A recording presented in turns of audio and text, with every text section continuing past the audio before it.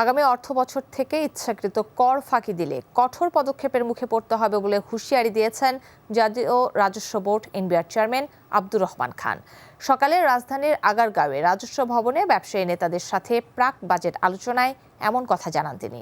NBR chairman বলেন, করের হার কমানোর সুযোগ নেই এবং স্ট্যান্ডার্ড রেট চালুর মাধ্যমে ভ্যাটের হার 15% করার পরিকল্পনা করা হচ্ছে। তিনি জানান, করদাতাদের হয়রানি কমাতে রিফান্ড অটোমেশন চালু করা হচ্ছে। Bangladesh chamber of commerce BCI এর পক্ষ থেকে কর জিডিপি অনুপাত এবং করের আওতা বাড়ানো সহ বেশ কিছু প্রস্তাব দেওয়া হয়। এছাড়া ব্যবসা বান্ধব কর নীতি ও অটোমেশন চালু সহ 16টি প্রস্তাবনা তুলে ধরে ঢাকা চেম্বার।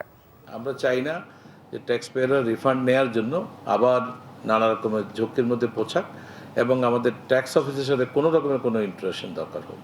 এটা অটোমেটিক্যালি তাদের ব্যাঙ্ক অ্যাকাউন্ট, এটা স্ট্রেইট বাংলাদেশ ব্যাংক থেকে সোজা ট্যাক্স পেয়ারের ব্যাঙ্ক অ্যাকাউন্ট, আর মাঝখানে কিছু নাই।